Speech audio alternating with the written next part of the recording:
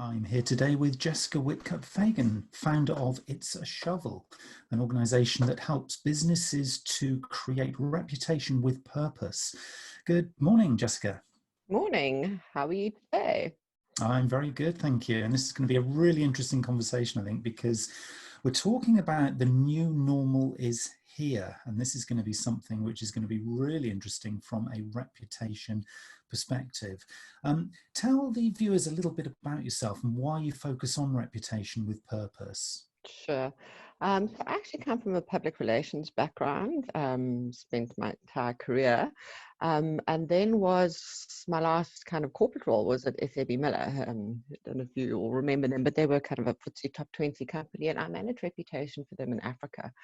And being in such an amazing big corporate company, I saw kind of firsthand how sustainability and working as a corporate citizen, as a force for good, not only had huge multiplier impact on the communities in which they worked, but drove the reputation and the performance of the business. And they were very forward thinking in reputation management. They did lots of investment in global studies, et cetera, et cetera. So it kind of exposed me to this whole world. Then when I went out on my own, I kind of combined these two passions. So reputation and sustainability are really the two sides of the same coin. The way the world is moving and shifting to this new world order, the new economy, the reputational of a business is driven predominantly by what I call the purpose-related elements. So it's leadership, governance, citizenship, and workplace. And over the last decade, we've seen that as a relatively stable, stable. The purpose-related elements are coming more and more to the fore. But what had always been the kind of order of those drivers has switched fundamentally in the last few months. So RepTrack, who do global studies on reputation, they've just been in field and they've released some data that shows that workplace is now actually the number one driver of reputation, which means that's how you're treating your employees. Second is how you are looking after your community, and only third is how you're looking after your customers. So this focus on purpose, I'm pleased to say, is very much alive and well. And I think even though companies might not be putting the word purpose to it, it is how most companies are responding to this crisis. There have been some noticeable exceptions, but it's been fantastic to view as a practitioner preaching all this stuff, to see people really stepping up to the plate on purpose, and there will be long-term reputational and bottom line benefits for businesses as a result of this. And that's certainly something I want to come on to in a little while, because I think this whole kind of positioning of an organization's reputation in line with kind of like leveraging commercial benefit, I think is a really interesting conversation to be had. So I think we'll come on to that definitely.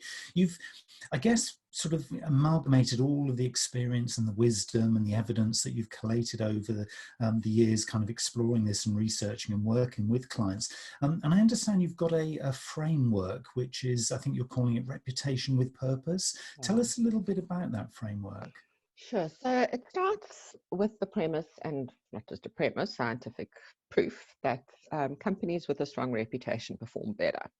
So obviously it's in everybody's best interest to work on their reputation. In fact, the stats, I think it's about a 1% lift in reputation is worth an extra 2.6% of market cap. So I mean, obviously that shared company or listed companies lingo, but basically it means your business is worth 2.6% more. So it's significant numbers at play. The framework starts with CEO. This has to be a top-down driven initiative. You have to have a CEO who believes in purpose, who understands that managing reputation is important, and is prepared to do the work. We then work together with the executive team to define the purpose for the organization.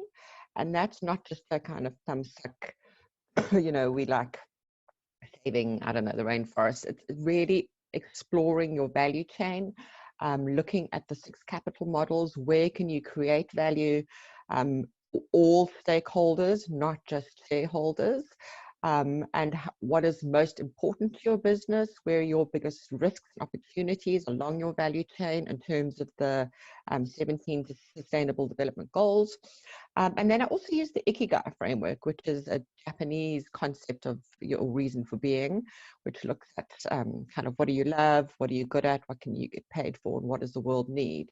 And using all this input, we then determine what that business can do, how they can use their scale and their skill to make a positive impact on the world. So either an environmental impact or a social impact or both. That then gets translated into a number, because it can't get measured, it doesn't get managed, and it has to be real. The whole concept of greenwashing and purpose washing is something that's quite big, and that's where people kind of think up some purpose and it's really just a ploy to make more money without really making a positive impact. My kind of purpose, reputation with purpose, is it has to be real. So this number, your purpose target, then gets translated into everybody in the organization's KPIs. It becomes part of performance management. It is real to every single person in the organization. They can see the impact they are making. And that very much then becomes part of the culture and the DNA of the organization. So there's quite a bit of internal work that needs to be done. So it's employee engagement work, internal communications work, as I said, performance management work, some coaching, but really it has to live internally. Like charity, reputation starts at home, and you really have to have a proud and passionate workforce truly working hard on this purpose for it to be real. Once you've got the story, once you've got the single version of the truth, it's about sharing that story with your stakeholders. And obviously that comes into the realm of traditional marketing and PR. But I prefer to use a more strategic kind of stakeholder engagement approach. Whilst you want to create value for all stakeholders, there are still certain stakeholders who have greater influence on your business than others. For example, if you're in a highly regulated market, the government regulators have huge influence over your business, and it's how you communicate and share these stories with them. But through this whole cycle, reputation is built. Reputation is a long-term effort. It's that famous quote that everyone quotes, ruin it in a day, but it's something you got to work on consistently over time, and have everybody in the business aligned to that vision. And when it's about purpose and vision is about making a difference, it's amazing how much buy-in you can get for a story like that. Employees want to work for companies that make a difference. They don't want to be there just with, to make some shareholder rich. They want to make a difference in the world. So it's a model that really works. I've drawn on a lot of other sources to put into my model. I use the Sustainable Development Goals, as I said, as my main framework, because that's kind of tried and trusted and out there. Interestingly, earlier this year in Davos, they announced their 2030 ambitions. So we've only got 10 years left to meet the initial Sustainable Development Goals. And we really need to focus now on doing those hard yards. Obviously, the COVID situation has, I wouldn't say derailed, but certainly in terms of climate change, it's given the Earth a very welcome breather, but it's made people realize that this is not just a climate emergency. There are societal issues which are as important. In fact, I would say that, the societal issues are what's driving the environmental issues. When you have populations explosions and you have poverty on the kind of scale that you have, when you have gender inequality on this kind of scale that we have, the environmental issues will follow. The really interesting point for me, I think, is this whole concept of sort of top-down collaboration. I was trying to sort of summarize what you were in my head, what you were describing there, and I think for me it's this whole idea of top-down collaboration. So in other words, this is driven by the decision makers in any organization, but it requires that kind of broader collaboration, not only with staff within the management team, but also, as you describe it, these wider stakeholders. And I think that's quite an interesting thing, because a lot of the time then that probably begins to define, when we're talking about this new normal, it is about collaboration, isn't it? Because we can't, as individual organizations, small businesses, large businesses, we can't really do any of this in isolation. So from your perspective then, is this new normal, is it kind of really driven by collaboration? Because it seems like that's the consistent theme here. Absolutely. So, I mean, even before this, one of the Sustainable Development Goals is partnerships. So there's a recognition long ago that we have to work at this together. But this new crisis has shown exactly that.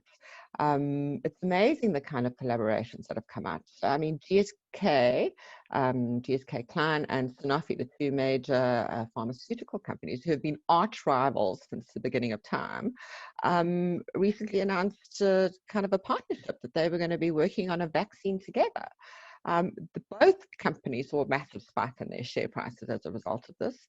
And it's just kind of one example of collaborations are absolutely the zeitgeist of the time. We cannot do this individually and together, because I think we're going to be going through such a tough time economically, work together. And as we've seen this all over certainly the small business sector in the last few months, that everybody's like doing stuff together now. How can we, maybe join forces? In what's it? Necessity, how does that saying go? Necessity is the mother of all invention, or whatever. Now's the time. We've got lots of problems to solve. Let's, two heads are better than one. Let's do this. And that's definitely, you can see it in terms of the research. Consumers are looking for that too. I guess on a really positive spin, you can imagine organisations getting huge benefit and looking at innovation, looking at the way forward in lots of ways. And I guess opinion is divided on this one, is that if you're doing this right and doing this well, then it's a really good thing that you can use as part of your communication sort of framework, as part of the way that you kind of go to market with your messages. There is this obviously big challenge about sort of not doing it properly. How would you sort of view organisations who either greenwash or are kind of almost using this whole kind of momentum, if you like, that the whole economy is now focusing in this direction? They're not really doing too much, and yet they're trying to create a reputation that possibly, if you were to delve a little deeply, wouldn't stand the test of time and is actually a little bit dubious. Kind of, how would you deal with something like that? The market is always right. People will see through insincere, fake, inauthentic efforts. I'm not particularly worried about them. The market's always right. They'll be figured out. I think what's more tricky is companies who are genuinely doing things and who are genuinely trying. When they get their communications wrong, that's upsetting, because they do deserve the benefit of it. But the way to communicate what you are doing needs to be humble, it needs to be authentic, it needs to be organic. You need to be communicating a lot at the moment. And not for the sake of clicks, just for the sake of doing it. You need to be putting your message out there all the time. It's a great time to be using your leadership team to be sharing those messages organically on their own pages. It's been shown in this last set of research that it's owned media that's getting the most traction and is believed the most, obviously. So on your own website, on your social pages, but not by promoting those posts with billions. It's about natural, organic, authentic messages. And with any kind of initiative like this, having third-party people speak about what you've done is always the most powerful way of doing it. So if you're helping, I don't know, your local community by handing out food parcels or whatever it is, having those people talk about what you do is always more powerful than you saying what you've done. So there's something in this then, that even though there might be sort of commercial benefit of, we might use the term leverage, sort of leveraging, positive messages, we can even call it positive spin on the things that you're doing. But it feels like there has to be sort of a subtlety and a gentleness to it, rather than it being really sort of overtly commercial. It's like, hey guys, this is what we achieved, this is what we've done, here's all the numbers, here's all the big figures. It feels like it's much more about the experience and something a little softer and more gentle. So it feels like this kind of authenticity needs to, I guess, for some organizations, almost kind of go against their sort of typical brand position. Absolutely. So marketing people are all about campaigns and sales, driving sales. Consumers are absolutely not ready to be sold to yet.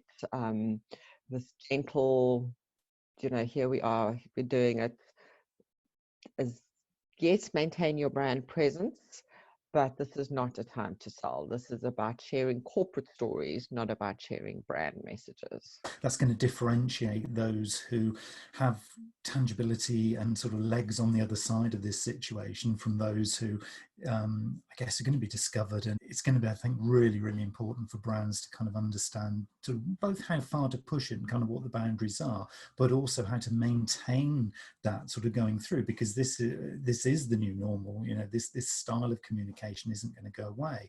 So can you give any examples of any sort of organizations, either large or small, who are kind of doing this kind of thing really well at the moment? Look, there's a lot of noise out there. I think, as we know, everyone's turned to social media. Zoom, our whole virtual world is just flooded at the moment. I can't say I've seen anything that's been particularly amazing.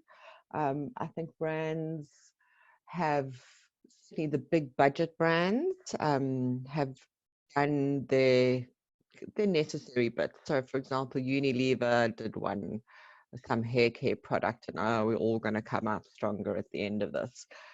I mean, I don't know, are we really going to be stronger? I think we might be wiser. Maybe with all the walking and exercise, we might be a bit stronger, but it's a little bit off message. And Unilever is actually a company that always gets stuff done really, really well. I work with the Unilever team in South Africa. And for example, today they're putting out a message from all their leadership teams saying thank you to the country. And it's amazing. It's not about, brand. It's about seeing the CEO at home in his house saying, thanks. And it's just a really heartfelt message. And that's the kind of messaging that needs to be done. And I think more than, big visible out there brand messages, I think it's about the stakeholder communication. So how are you talking to your suppliers? What does your one-on-one communication with your customers look like? And as I said, most importantly, it's the communication with your employees at this time. Should be every company's number one focus for now. I guess that comes into sort of brings into play the idea of sort of personal branding, because within organisations often there are the face of the organisation. It doesn't necessarily always have to be the chief exec. It can be sort of anyone who has an interesting story to play on behalf of the organisation. How this sort of time when obviously things are both quite sensitive but also really sort of full of potential, how can the idea of personal brand kind of come into the more sort of corporate or business communications? Yeah.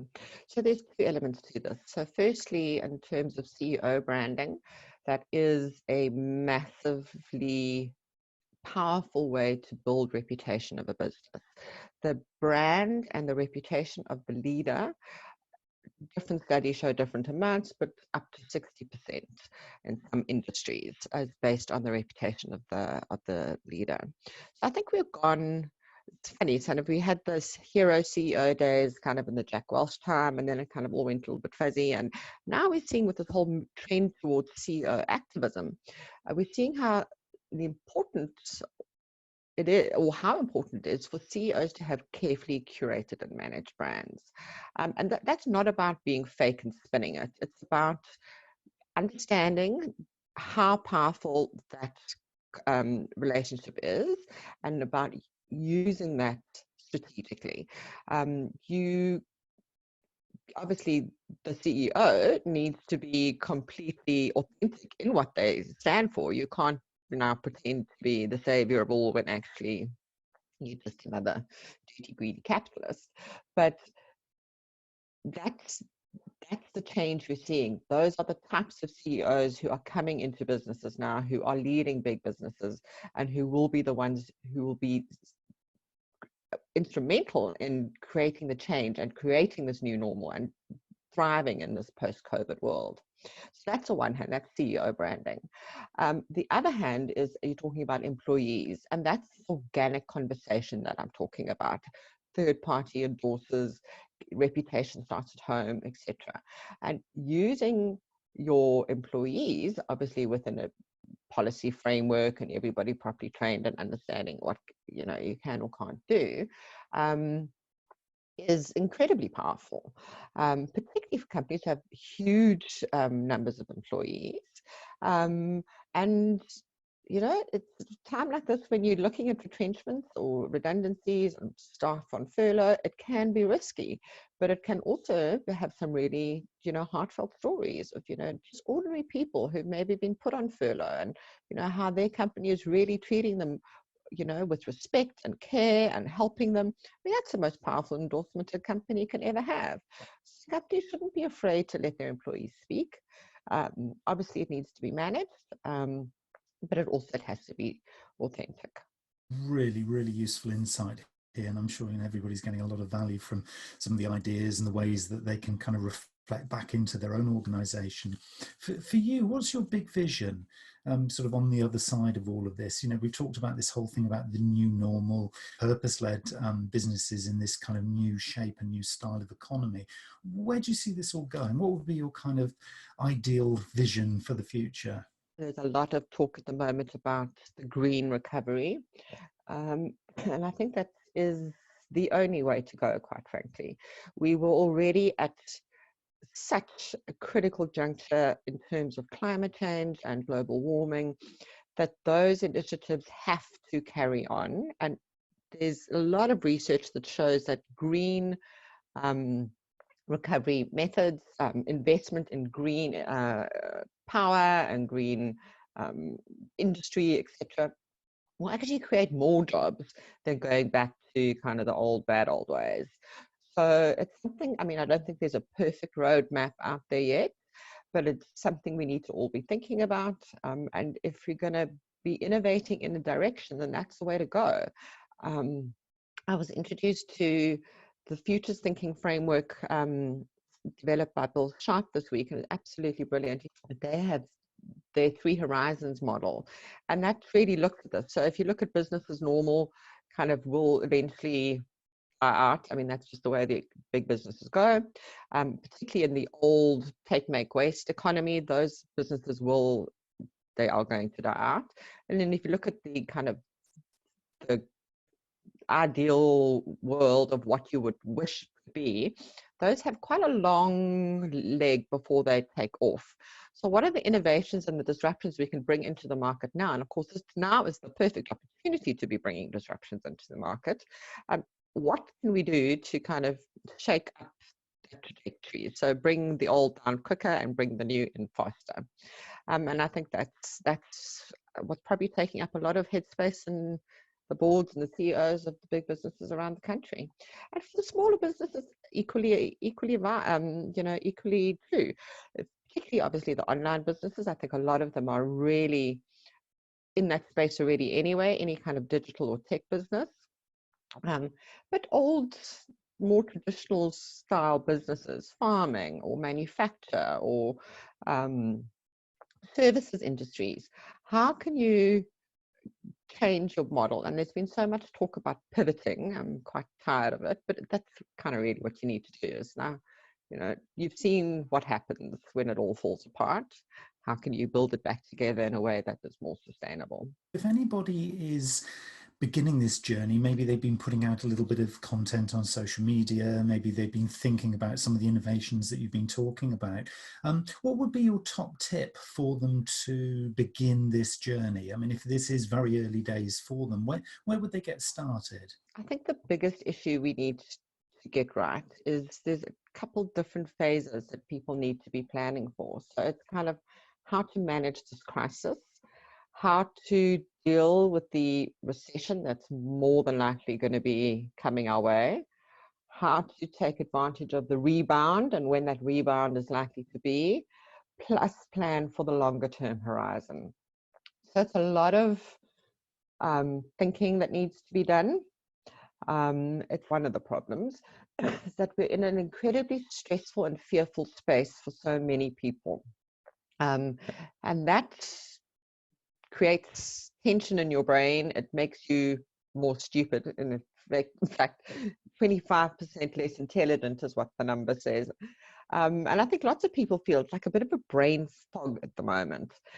So you really need to clear your mind, create space and time and mindfulness just to let all of this internalize. And I know companies are under pressure and they need to do and get and, should have been done yesterday. But I really think top tip, just take a brain day and, I don't know, listen to Bach or go for a walk, but like properly be mindful and let it emerge. It's going to be an evolution. There's no blueprint anywhere. Nobody's got the magic formula for how to make it all perfect into the future. But be mindful, do a green recovery, look at value creation for all your stakeholders, because if it's only for the shareholder, it's doomed to failure. So if somebody is looking to get some guidance and some support and maybe a little bit of hand-holding over these first few steps that they're looking to take, how would they get in contact with you? Sure. So the company's called It's the Shovel. So hopefully you won't forget that. Website is itstheshovel.com. You can sign up for my newsletters there. Is a get in touch form, or you can email me directly at jessica@itstheshovel.com. So Jessica, thank you very much for joining us today. It's been an absolute pleasure, and good luck to you, and stay safe and stay healthy and stay happy.